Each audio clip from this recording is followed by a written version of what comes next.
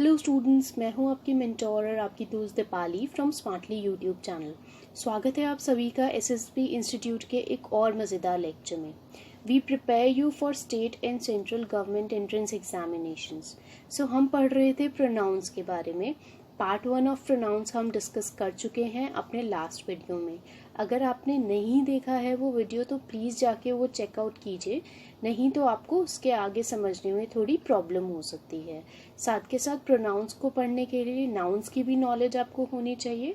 सो हमारे चैनल पे आपको नाउन्स का भी वीडियो अवेलेबल है, आप जाइए उसको देखिए, समझिए and then you can come back to pronouns, right. अगर आपने इस चैनल को अभी तक सब्सक्राइब नहीं किया है या आप इसके लिए नए हैं तो आप इसे तुरंत सब्सक्राइब कीजिए ताकि कोई भी नया वीडियो अपलोड हो तो आप उसे देखें और जल्दी से जल्दी इंग्लिश सीख सकें।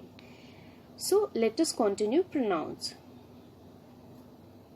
ओके, तो प्रोनाउंस कौन कौन से होते हैं, प्रोनाउंस होते क्या हैं, ये हम शॉर्ट में डिस्कस कर लेते हैं। बेसिकली प्रोनाउंस को हिंदी में कहते हैं सर्वनाम।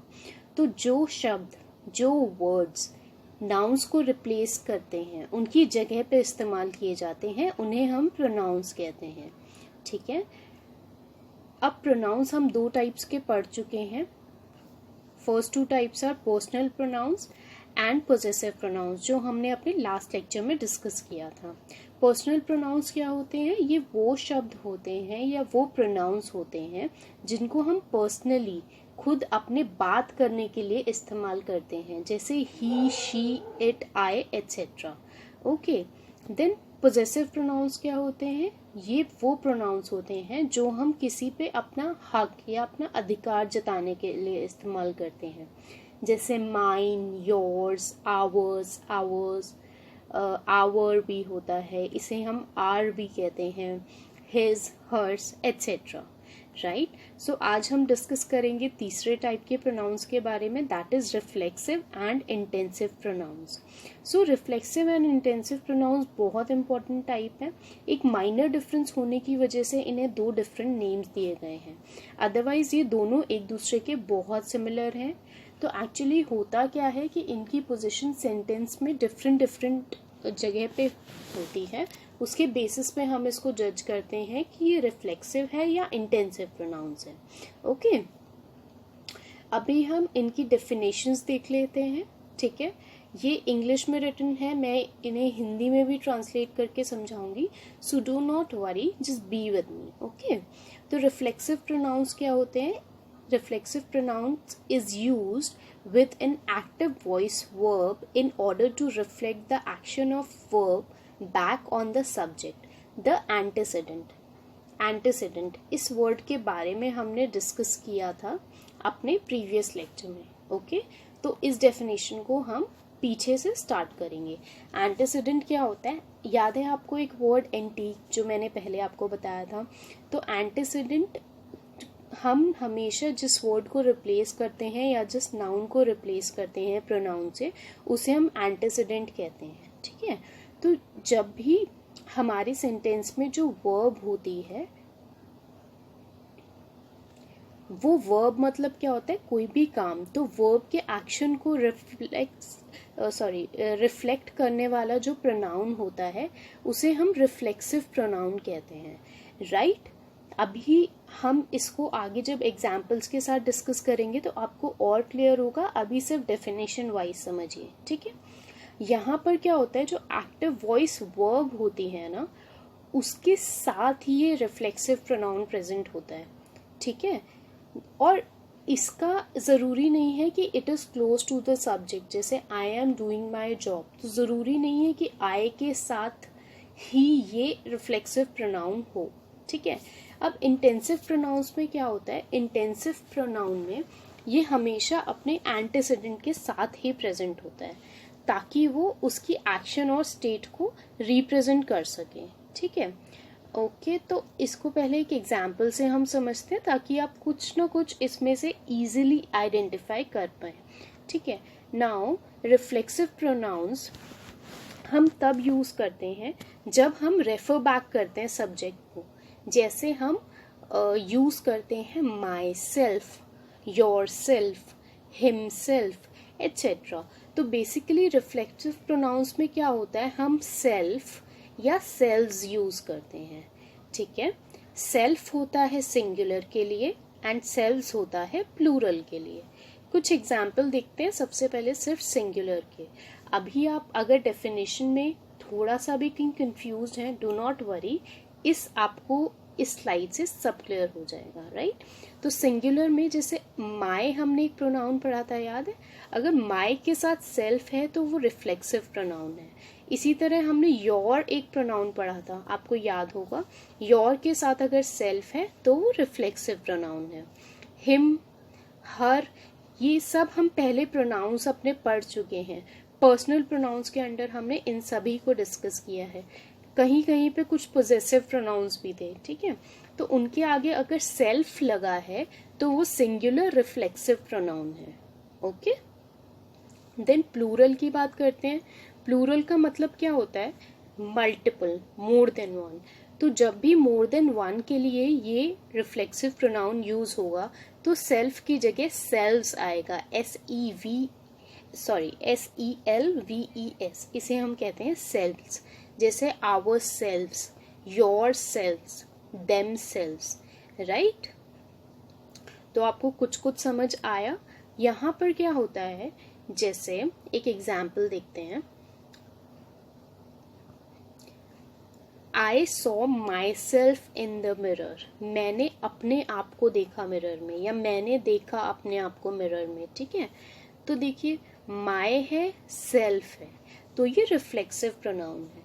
अभी हमने रिफ्लेक्सिव प्रोनाउन की डेफिनेशन में क्या कहा था कि ये अपने वर्ब के साथ होते हैं हमेशा, उसकी डेफिनेशन को या उसके साथ अटैच रह के उसकी वैल्यू को बढ़ाते हैं। तो देखिए 100 यहाँ पे वर्ब है, क्योंकि वर्ब क्या होता है, वर्ब का मतलब होता है कार्य या काम, ठीक है।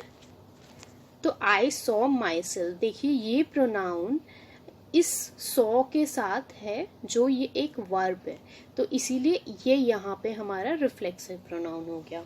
सिमिलरली एक और एग्जाम्पल है, why do you blame your self. तो ब्लेम मतलब किसी पे इल्ज़ाम लगाना, ठीक है। तो ये भी हमारा एक तरह की वर्ब हो गई, ठीक है। और योर सेल्फ है, सेल्फ से हमने आइडेंटिफाई किया कि भाई या तो ये रिफ्लेक्सिव हो सकता है या फिर ये इंटेंसिव हो सकता है, ठीक है। आपको ज़्यादा कंफ्यूज नहीं होना है, सिर्फ सेल्फ और सेल्व्स को ढूंढना है। अगर वो इस वर्ब के साथ है तो इन दोनों में से ही कोई होगा, और वर्ब के साथ है तो रिफ्लेक्सिव ही होगा, ठीक है। देन एक और एग्जाम्पल देख लेते हैं, John sent himself a copy. तो देखिए आप इन तीनों सेंटेंसेस में देख सकते हैं सब्जेक्ट क्या होता है, ये हमने अपने लास्ट वीडियो में डिस्कस किया था। सब्जेक्ट वो चीज़ होती है जो किसी भी सेंटेंस में फर्स्ट पर्सन की भूमिका निभाता है, पहला इंसान जिसके बारे में हम बात कर रहे हैं। यहाँ पे जैसे है जॉन, तो जो ये फर्स्ट पर्सन होता है ये सब्जेक्ट है। सब्जेक्ट और हमारे प्रोनाउन के बीच में जब एक वर्ब आ जाता है तो उसे हम रिफ्लेक्सिव प्रोनाउन कहते हैं, ठीक है। तो रिफ्लेक्सिव प्रोनाउन के एग्जाम्पल्स यहाँ पर हैं, राइट। अच्छा, अब इसमें क्या होता है, जब भी रिफ्लेक्सिव प्रोनाउन की बात करेंगे ना हम, तो जो सेल्फ से पहले वाली जो भी प्रोनाउन होता है वो सेम पर्सन या चीज़ के लिए होता है जो सब्जेक्ट में है, ठीक है। अब देखिए, अब हम will come back to the definition और आपको क्लियर होगा। Reflexive pronoun is used with an active voice verb. देखा आपने, जैसे आगे सेंट था, ब्लेम था, तो ये सारे एक्टिव वॉइस वर्ब होते हैं, कुछ भी काम करने के लिए जो वर्ब्स यूज किए गए हैं उनको। In order to reflect the action of verb back on the subject. जैसे हम, इसका मतलब ये है कि हम ये बताना चाहते हैं कि वर्ब का एक्शन सब्जेक्ट पे कैसे डिपेंड करता है, उसके एक्शन, जैसे I blame John sent himself, ऐसा कुछ, ठीक है। तो ये बताया जा रहा है कि जॉन ने अपने आप ये काम कर दिया। तो हम ये जब एक्सप्लेन करना चाहते हैं तो रिफ्लेक्सिव प्रोनाउन यूज होता है।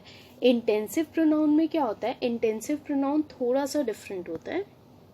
Let me just tell you with an example again. देखिए यहाँ पे ना एक ये है, I made it myself, I myself made it, ठीक है। तो अब यहाँ पे देखिए I made it myself, ये मैंने इसे अपने आप बना लिया, ठीक है। I myself made it, ठीक है। तो जब यहाँ पे कोई, देखिए यहाँ पे ना पहले क्या था, वर्ब आ रहा था रिफ्लेक्सिव में और फिर हमारा प्रोनाउन आ रहा था, वहाँ पे केस में रिफ्लेक्सिव प्रोनाउन था। बट यहाँ पे जो हमारा मेन सब्जेक्ट है उसके साथ में ही हमने प्रोनाउन यूज़ किया है। जब भी ऐसी सिचुएशन होती है तो हम इंटेंसिव प्रोनाउन कहते हैं, ठीक है। एक और एग्जाम्पल देखते हैं, फिर मैं आपको एक इजी क्यू दूंगी इसको आइडेंटिफाई करने का, ठीक है।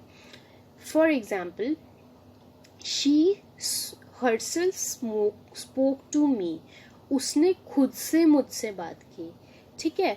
तो यहाँ पे जो हमारा सब्जेक्ट है उसी के साथ में हर भी इसी सब्जेक्ट के लिए यूज हुआ है, ठीक है। She herself spoke to me, ठीक है। तो बेसिकली प्रोनाउन एक और प्रोनाउन के साथ है, और जो फर्स्ट प्रोनाउन जो सब्जेक्ट वाला प्रोनाउन है, जो सब्जेक्टिव प्रोनाउन है, उसको इंटेंसिफाई कर रहा है हमारा ये सेकंड प्रोनाउन साथ में एडजस्ट होके, तो इसीलिए हम इसको इंटेंसिव प्रोनाउन कहते हैं, ठीक है।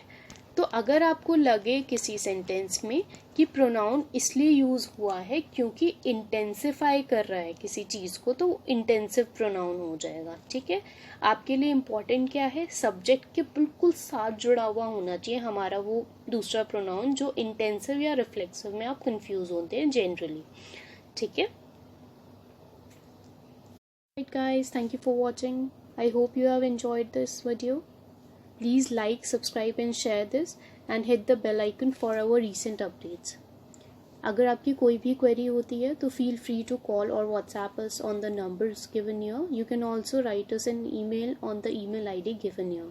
अगर आपकी कोई भी query है तो दिए गए numbers पे आप call या WhatsApp कर सकते हैं, और आप हमें mail भी लिख सकते हैं on the email ID given below. Bye bye.